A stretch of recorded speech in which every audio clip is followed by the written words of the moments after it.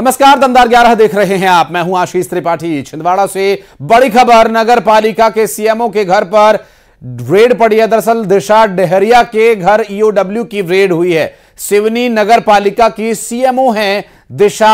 आय से अधिक संपत्ति का इन पर मामला है। नागपुर रोड पर दिशा के घर छापा डाला गया। दरअसल छिंदवाड़ा के चांद और हर्रई में सीएमओ रह चुकी हैं। आपको बता दें कि नगर पालिका के सीएमओ दिशा डेहरिया के घर ईओडब्ल्यू की टीम रेड करने पहुंची है। आय से अधिक संपत्ति का इन पर मामला है और नागपुर रोड पर दिशा के घर छापा डाला गया। दिशा छिंदवाड़ा के चांद और हर्रई में सीएमओ रह चुकी हैं और अब इस पूरे मामले में कार्रवाई करने के लिए पहुंची टीम और ईओडब्ल्यू की टीम ने जो कार्रवाई की उसमें अब तक क्या कुछ तथ्य सामने आए, ये भी देखने का विषय होगा। फिलहाल आपको बता दें कि आय से अधिक संपत्ति का मामला है।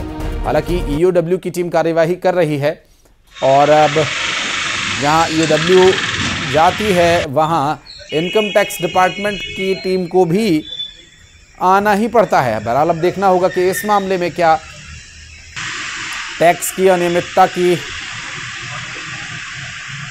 बात सामने आती है या नहीं। वासु हमारे सहयोगी इस वक्त जुड़ गए, हमारे साथ बात करेंगे उनसे। वासु, आय से अधिक संपत्ति के आरोपों में कार्रवाई हो रही है। ईओडब्ल्यू की टीम पहुंची है दिशा डेहरिया के घर और क्या कुछ डिटेल्स मिल पा रही है? क्या आईटी की टीम भी जाएगी अब? मामले में जबलपुर ईओडब्ल्यू की जो टीम है वो छिंदवाड़ा पहुंचकर कार्रवाई कर रही है। दिशा डेहरिया के ठिकानों पर ये कार्रवाई चल रही है। जो सिवनी की सीएमओ है और बालाघाट की प्रभारी भी है, छिंदवाड़ा की भी ये सीएमओ जो है वो रह चुकी हैं और इनके खिलाफ लगातार आर्थिक अनियमितताओं की जो शिकायत है वो एजेंसीज को मिल रही थी और लंबे समय से इनके ऊपर जो निगरानी है वो रखी गई थी। अब जब पूरा एक खाका तैयार हो गया, ईओडब्ल्यू को कई तरीके के जो सबूत हैं और अलग अलग तरीके के जो इनपुट्स हैं वो मिले और उनको इकट्ठा करने के बाद ही ये पूरी कार्रवाई जो है वो की जा रही है। फिलहाल जांच चल रही है। प्रॉपर्टीज के जो दस्तावेज मिले हैं, जो अलग अलग इन्वेस्टमेंट के निवेश के जो दस्तावेज मिल रहे हैं, जो सबूत मिल रहे हैं, उनको तलाशा जा रहा है और ये भी ईओडब्ल्यू पता लगाने की कोशिश कर रही है कि दिशा डेहरिया के खिलाफ, जिनके खिलाफ ये पूरी कार्रवाई चल रही है, उन्होंने कुछ अन्य लोगों के खिलाफ के जरिए या अपने रिश्तेदारों के नाम पर तो निवेश कहीं नहीं कर रखा है। तो इन तमाम पहलुओं की जो जांच है वो चल रही है। ईओडब्ल्यू के सोर्सेज का ये कहना है कि इसमें बड़े पैमाने पर आर्थिक अनियमितताओं का जो पूरा मामला है वो सामने आ सकता है। बहरहाल अभी ये जानकारी स्पष्ट नहीं हो सकी है कि कितनी आय से अधिक कमाई हुई है, आय से अधिक संपत्ति है। इसके लिए थोड़ा सा इंतजार करना होगा आशीष, क्योंकि लगातार कार्रवाई जारी है। बहुत शुक्रिया आपका इस पूरे मामले पर जानकारी देने के लिए वासु। और भोपाल के सीआरपीएफ कैंप में उस वक्त सनसनी मच गई जब एक आरक्षक ने अपनी पत्नी को गोली मारकर खुद भी आत्महत्या कर ली। दरअसल मिसरोद क्षेत्र के बंगरसिया के सीआरपीएफ कैंप में पहले रविकांत वर्मा ने गोली मारकर अपनी पत्नी रेनू वर्मा की हत्या की और उसके बाद खुद को गोली मारकर आत्महत्या भी कर ली। रविकांत वर्मा सीआरपीएफ में सीटीजीडी पद पर तैनात था और मुरैना का रहने वाला बताया जा रहा है। अक्टूबर में ही वो किराए के मकान में रहने आया था और जब पुलिस मौके पर पहुंची तो दो मासूम बच्चे मकान में मिले और पुलिस की माने तो वारदात के समय 3 राउंड फायरिंग हुई। फिलहाल मिसरोद थाना प्रभारी स्टाफ के साथ जांच में जुट गई है और शवों को पोस्टमार्टम के लिए हमीदिया अस्पताल भेजा गया।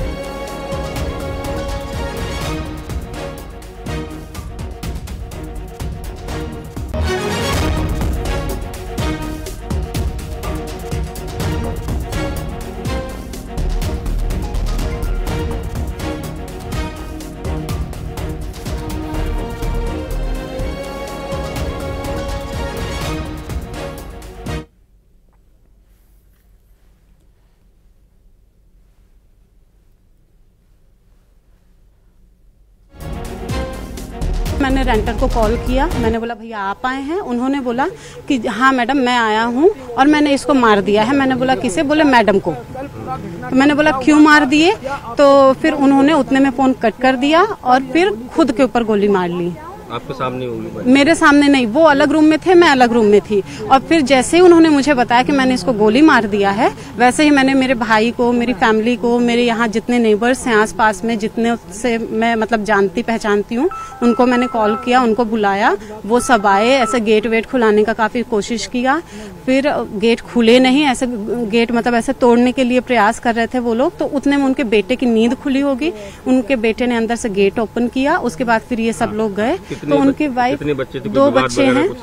नहीं, बच्चों में ऐसे कोई फैमिली में अभी एक बेटा है 7 साल का और बेटी है 1.5 साल की। और शैलेंद्र भदौरिया हमारे सहयोगी इस वक्त हमारे साथ जुड़ गए, बात करेंगे उनसे।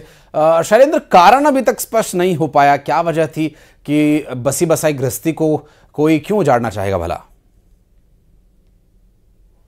बिल्कुल आशीष, आपने ठीक कहा कि अब तक जो आरक्षक ने कि सुसाइड और उसकी पत्नी की हत्या के मामले में अब तक पुलिस को भी इस बात की कोई भनक नहीं है कि आखिर ये घटनाक्रम हुआ क्या है। और इसके साथ ही पड़ोसियों की भी बात करूं तो पड़ोसी भी इस सब घटना को लेकर स्तब्ध है। वो भी कह रहे हैं कि ऐसी कभी कोई बात नहीं होती थी जिससे स्पष्ट हो सके कि आखिर हुआ क्या था। मैं उसी सोसाइटी में मौजूद हूँ, सीआरपीएफ सेंटर से लगी हुई सोसाइटी, और ये अधिकांश जो घर है यहाँ पर ये सारे सीआरपीएफ से जुड़े जो लोग हैं वो ही इसमें यहाँ पर रहते हैं। जिस तरीके से मकान मालिक ने बताया कि लगभग 1:30 बजे के आसपास वो यहाँ पर पहुंची हुई थी, और उसी दौरान जो है वो ये पूरा घटनाक्रम सामने आया है, क्योंकि वो स्वयं उन्होंने देखा। कुछ लोग हमारे साथ मौजूद हैं जो स्थानीय लोग हैं। सर, क्या कुछ घटनाक्रम हुआ था, क्या आप लोगों को जानकारी लगी थी? हमको जैसा बताया, मकान मालिक द्वारा बताया गया कि 1-1:30 बजे के बीच में वो आए थे, तो गेट वेट खोला और अंदर गए। नॉर्मल ऐसी बातचीत हो रही थी, तो फायरिंग की आवाज़ आई। तो जो रूम ऑनर है उनको लगा कि शायद कोई दीवार पीछे से पीट रहा है, ठोक रहा है, चोरी करने के हिसाब से। तो उनने फ़ोन किया इनको फ़ोन किया, जिनकी डेथ हो गई, उनको फ़ोन किया कि भैया आप कहाँ पे हैं, आपकी दीवार पे कोई ठोक रहा है शायद। तो उनने बोला कि मैं घर पे ही हूँ और मैंने क्या अपनी बीवी को गोली मार दी है, और सबको फ़ोन वगैरह कर दिया। उसके बाद उनके बाद जब दीदी इधर उधर फ़ोन करने लगी सबको, कि हम लोगों को, कि कॉलोनी वालों को, कि आप भी आ जाइए, ऐसा ऐसा बात है, तो उतने में वो हो गया। उतने में वो उसने एक फायर और किया और अपने आप को भी स्वयं को गोली मार ली। सीआरपीएफ में ड्यूटी पर थे, तो जो सिंसास राइफल है वो कैसे लेकर आए, कुछ इस बारे में चीज का आइडिया अपने को नहीं सर। ये सर्विस राइफल लेकर आए थे? हाँ, सर्विस राइफल ही थी, सर्विस राइफल। आप बता रहे कि एम्बुलेंस भी काफी देर से आई, जो महिला थी वो जिंदा थी? महिला था उस टाइम पर जिंदा थी। जब क्या बोलते हैं सब लोग पहुंचे वहाँ पे, उन्होंने बोला भी क्या बोलते हैं कि मुझे बचा लो। उनके 2 बच्चे भी अंदर बंद थे, शायद इस वजह से उन्होंने ऐसा बोला। लेकिन जब तक एम्बुलेंस वगैरह आई, जब तक वो खत्म हो चुकी थी। तो आप लोग तो इसी कॉलोनी में रहते हैं, कभी कोई ऐसी झगड़े की बात है? कभी भी कुछ भी नहीं, एकदम नॉर्मल व्यक्ति थे, आना जाना क्या बोलते होता था हम लोग का। कभी ऐसा कुछ नहीं था, ना दारू ना कुछ नॉनवेज वगैरह, कुछ भी नहीं। तो आशीष, आप देख सकते हैं कि जो मोहल्ले के लोग हैं, जो पड़ोसी है, वो कह रहे हैं कि स्वभाव अच्छा था, किसी तरह का कोई विवाद की भी स्थिति नहीं कभी ऐसी देखी गई है। हालांकि 3 महीने पहले ही वो यहाँ पर रहने के लिए आए थे, अपनी पत्नी और 7 साल का एक बेटा और 2 साल की एक बेटी के साथ वो यहाँ रह रहे थे। आखिर इस तरह का कदम क्यों उठाया, ये अभी पुलिस के लिए एक पहेली बना हुआ है। जी, बहुत शुक्रिया आपका शैलेंद्र इस पूरे मामले पर जानकारी देने के लिए। और बढ़ते आगे अगली खबर भिंड से, जहां पुरानी रंजिश को लेकर 2 पक्षों ने फायरिंग कर दी और पुलिस ने इस पूरे मामले में कार्रवाई करते हुए दोनों पक्षों पर दर्ज कर लिया है और साथ ही बंदूक भी जब्त कर ली गई। गोहद थाना इलाके में फायरिंग की सूचना मिलने पर 3 थानों की पुलिस मौके पर पहुंची थी और इस दौरान आरोपियों ने पुलिस से बहस की। इसका वीडियो भी सामने आया, लेकिन पुलिस ने लाइसेंसी बंदूक को जब्त कर लिया और बताया जा रहा है कि सत्येंद्र गुर्जर और विश्वनाथ गुर्जर के बीच पुराना विवाद था और वर्चस्व को लेकर फायरिंग की गई थी।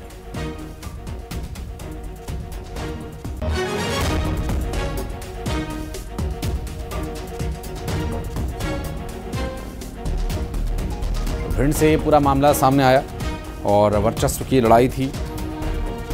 तू बड़ा कि मैं बड़ा, इस तू मैं की लड़ाई में दोनों पक्षों ने फायरिंग की।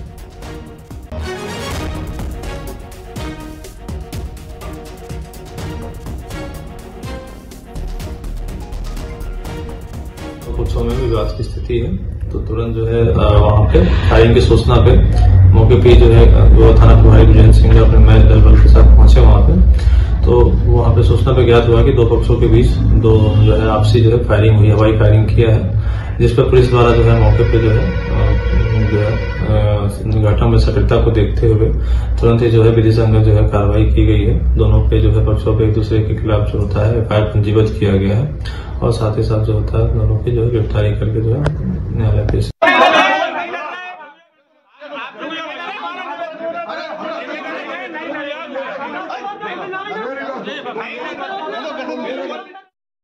अमूमन हम देखते हैं कि भिंड या मुरैना के वो क्षेत्र जहां पर कभी हर्ष फायरिंग तो कभी वर्चस्व की जंग को लेकर विवाद हो जाता है। ये पूरा मामला आखिर क्या है और कब से चल रहा है ये विवाद?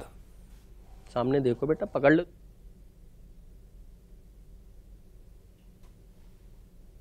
कि ये पूरा घटनाक्रम जो है वो गोहद चौराहा थाना क्षेत्र के अंतर्गत खटाना प्लाजा का मामला है, जहां पर दो पक्षों में पुराने रंजिश को लेकर और वर्चस्व की लड़ाई को लेकर ताबड़तोड़ फायरिंग की गई और बताया जा रहा है कि करीब आधा दर्जन राउंड फायर किए गए।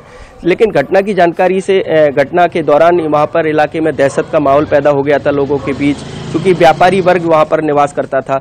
लेकिन जब इस मामले की जानकारी लगते ही तो गोहद चौराहा थाना प्रभारी बृजेंद्र सिंह सेंगर मैप फोर्स के वहां पर पहुंचते हैं तो हालात बेकाबू नजर आ रहे थे प्रथम उस समय। लेकिन जब उनने वरिष्ठ अधिकारियों को इस बात की सूचना दी तो मौके पर एसडीओपी सौरभ कुमार के साथ साथ अन्य दो थानों की पुलिस एंडोरी और गोहद सदर की पुलिस भी वहां मौके पर पहुंची थी और हालात को काबू पाने के लिए तत्काल वो पुलिस ने मौके से ही जो लाइसेंसी हथियार से फायर किए गए थे विश्वनाथ गुर्जर और सत्येंद्र गुर्जर के बीच की ये पुराना विवाद चला आ रहा था वर्चस्व की लड़ाई को लेकर। इन दोनों के हथियारों को पुलिस ने मौके से गिरफ्तार कर लिए और आरोपियों दोनों पक्षों को पकड़ लिया था। लेकिन उस दौरान पुलिस से थोड़ी सी तीखी बहस जरूर सामने निकल कर आई थी, जिसका वीडियो भी टीवी स्क्रीन पर आप देख सकते हैं। इसके बाद पुलिस ने दोनों पक्षों को थाने लेकर आई। दोनों पक्षों की फरियाद पर पुलिस ने क्रॉस मामला दर्ज कर लिया है और आगे की जांच शुरू कर दी है। बताया तो जाता है कि जो दोनों राजनीतिक पार्टियों से जुड़े हुए व्यक्ति हैं और वर्चस्व चुनाव के समय से ही इन दोनों के बीच रहा है। लेकिन कल दोनों के बीच फायरिंग हुई है। फायरिंग के बाद पुलिस ने सख्त कदम उठाते हुए कड़ी कार्रवाई की है और आगे की जांच शुरू कर दी है और आगे इन लाइसेंसों पर क्या कार्रवाई होगी वो वरिष्ठ अधिकारियों को प्रस्ताव भेजा जा रहा है। इस पूरे मामले पर जानकारी देने के लिए और बढ़ते हैं आगे भोपाल से अगली बड़ी खबर, जहां सौरभ और उसके दो राजदार अब रिमांड पर है। जी हां, 40 करोड़ की प्रॉपर्टी की बात अब तक साफ हो चुकी है। सूत्रों के हवाले से यह जानकारी मिल रही है। जांच एजेंसीज को 93 करोड़ से अधिक की प्रॉपर्टी के दस्तावेज मिल चुके हैं, जबकि 18 रिश्तेदारों और करीबियों के नाम भी सामने आ चुके हैं, सूत्र बता रहे हैं। और अब लोकायुक्त इनसे पूछताछ कर सकती है। सौरभ और दो राजदार जिनसे अब तक अलग अलग पूछताछ हुई है, लेकिन अब सामने बैठाकर पूछताछ की जा सकती है और तीनों को आमने सामने बैठाकर पूछताछ हो सकती है। तीनों को एक साथ बैठाकर पूछताछ कर सकती हैं एजेंसी। और आज 23,000 स्कूल्स भोपाल में बंद हैं, तो मान्यता के लिए बनाए गए नए नियमों का विरोध ये कर रहे हैं। सरकार ने मान्यता के नियमों में कुछ बदलाव किया है। पहली से 8वीं तक के स्कूल्स की मान्यता में बदलाव किया गया। मान्यता रिन्यू कराने के नियमों में बदलाव किया गया है, जिसमें एफडी मान्यता शुल्क और रजिस्टर्ड किरायानामा जोड़ा गया है। प्राइवेट स्कूल एसोसिएशन की सरकार से मांग है कि नए नियम पहले से संचालित स्कूल्स पर लागू न किए जाएं।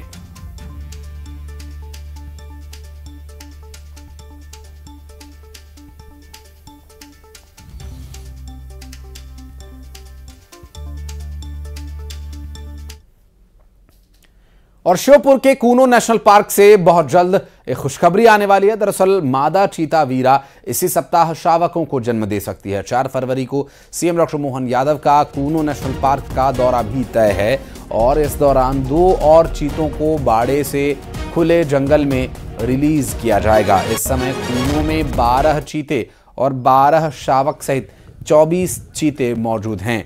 अग्नि और वायु नाम के चीते खुले जंगल में हैं और बाकी बाड़ों के अंदर। हो गया सर अभी।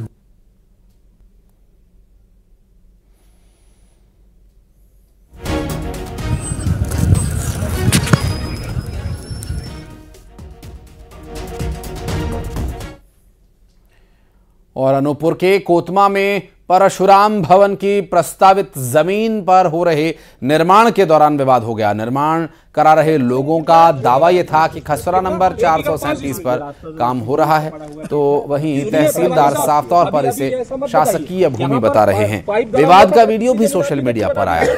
ये कहते हैं कुछ नहीं, कितना है 1 एकड़, कितना 1 एकड़ 5 इसमें। ये रास्ता जो मत की भूमि उसका पड़ा हुआ है। सुनिए पटवारी साहब, अभी ऐसा मत बताइए। और रतलाम में जेल प्रहरियों की घोर लापरवाही का एक मामला सामने आया। दरअसल इलाज कराने का बहाना बनाकर कैदी फरार हो गया और लूट के मामले में खचरौद जेल में यह बंद था कैदी रोहित शर्मा, जिसे इलाज के लिए अस्पताल भेजा गया जेल से, लेकिन जेल प्रहरियों की मदद से वो अस्पताल की बजाय स्पा सेंटर मसाज कराने पहुंच गया और यहां से वो भाग निकला। लापरवाही को लेकर 2 जेल प्रहरियों पर केस दर्ज किया गया है। बहरहाल इलाज का बहाना जेल में बनाया गया। असल में मिलीभगत थी जेल प्रहरियों ही के साथ और इसमें जेल प्रहरियों की लापरवाही या मिलीभगत कही जा सकती है। हो सकता है जेल प्रहरियों ने ही उसे भगाया हो या इस तरह की प्लानिंग करने के लिए सलाह दी हो। लापरवाही को लेकर 2 जेल प्रहरियों को अब केस का सामना करना हुआ, उन पर केस दर्ज किया गया। और कोरबा में ट्रिपल मर्डर के 5 दोषियों को कोर्ट ने उम्र कैद की सजा सुनाई। अविभाजित मध्य प्रदेश के पूर्व डिप्टी सीएम रहे प्यारेलाल कंवर के बेटे हरीश कंवर, बहू सुमित्रा कंवर और 4 साल की पोती यशिका कंवर की हत्या के मामले में कोरबा जिला एवं सत्र न्यायालय के न्यायाधीश ने 5 आरोपियों को दोषी करार देते हुए आजीवन कारावास की कठोर सजा सुनाई है। ट्रिपल मर्डर का ये नृशंस हत्याकांड का मामला कोरबा जिले के उरगा थाना क्षेत्र के भैसमा गांव का है। और खबर कैलिफोर्निया से, जहां पर एक विमान छत से टकराकर हादसे का शिकार हो गया और इस हादसे में 2 लोगों की मौत हो गई और 18 लोग इसमें घायल हुए बताए जा रहे हैं। हादसे के तुरंत बाद विमान में आग लग गई।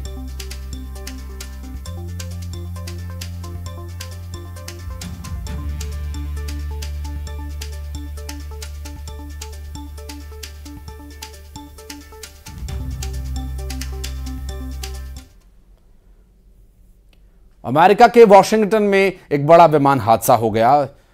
हेलीकॉप्टर और एक विमान की आपस में टक्कर हो गई। ये हादसा रोनाल्ड रीगन वॉशिंगटन हवाई अड्डे के पास हुआ।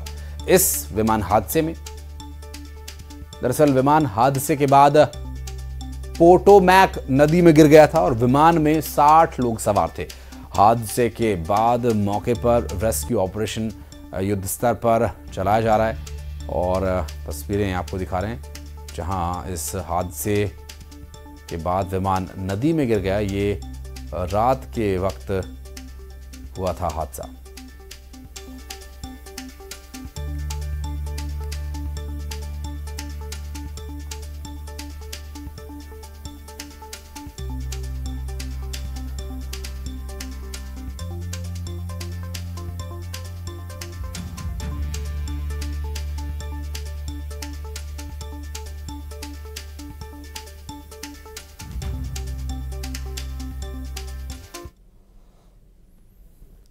और खरगोन की वायरल गर्ल मोनालिसा का अब फिल्मी दुनिया में प्रवेश हो रहा है। वो film the diary of Manipur से शुरुआत करेंगे। दरअसल the diary of Manipur film में एक आर्मी मैन की बेटी का किरदार वो निभाएंगी। फरवरी में फिल्म की शूटिंग शुरू होगी और महेश्वर के बंजारा समाज की मोनालिसा नर्मदा तट और किले पर माला बेचती है। मोनालिसा भोसले के घर फिल्म निर्देशक सनोज मिश्रा पहुंचे थे और फिल्म का एग्रीमेंट हो चुका है और film the diary of Manipur में मुख्य भूमिका को लेकर निर्देशक सनोज मिश्रा ने कहा कि मोनालिसा को हीरोइन बनाना लक्ष्य है और फिल्म में एक आर्मी अधिकारी की बेटी का किरदार वो निभाएंगी और अपने पिता के लिए संघर्ष करती दिखेंगी। फिल्म अक्टूबर तक पूरी हो जाएगी और निर्देशक सनोज मिश्रा ने मोनालिसा को ट्रेनिंग देकर फिल्म उद्योग में अपनी एक अलग पहचान बनाने का दावा किया और द डायरी ऑफ मणिपुर की शूटिंग मणिपुर, दिल्ली, लंदन में होगी। आपको बता दें कि प्रयागराज कुंभ के अंदर नीलू आंखों वाली मोनालिसा काफी वायरल होती। और आपके बीच में चर्चा हुई है फिल्म इंडस्ट्री में मोनालिसा को भेजने की, उस पर क्या आपकी सहमति बनी है? मैंने बोला है लड़की को कि जैसे काका चाह रहे वैसे ही करो, करियर को आगे बढ़ाओ, पीछे कदम मत हटाना। तो मोनालिसा क्या तैयार हुई है? तैयार हो गई, वो बोल रहे कि जैसे काका बोलेगी ऐसे करेगी। जैसा कि मैंने प्रॉमिस किया था कि मैं इस लड़की को अपनी फिल्म के जरिए देश दुनिया को दिखाना चाहूँगा, तो उस मकसद को पूरा करने के लिए आज मैं आया और मैं आज उनके घर पर हूँ। मुझे बड़ी खुशी इस बात की हो रही है कि मैंने जैसा इन लोगों के बारे में सोचा था वो लोग वैसे ही बहुत मासूम, भोले और इनोसेंट लोग हैं। तो मेरी बड़ी जिम्मेदारी बनती है कि इस परिवार का एक सदस्य जैसा मैं भी अपने आप को महसूस कर रहा हूँ और मैं उसका फ्यूचर अच्छे मुकाम पर लेकर जाऊँ, क्योंकि सारे लोगों के सपने हैं, बंजारा समुदाय के लोगों के सपने हैं और एक बड़ी जिम्मेदारी है। मैं अपनी फिल्म के जरिए उसको लॉन्च करने जा रहा हूँ और मैं चाहूँगा कि उसका करियर बहुत आगे जाए, भविष्य में आगे बहुत आगे। और रीवा में 20 घंटे बाद प्रयागराज मार्ग पर लगा जाम अब खत्म हो गया। 20 घंटे के बाद स्थिति सामान्य हो पाई है।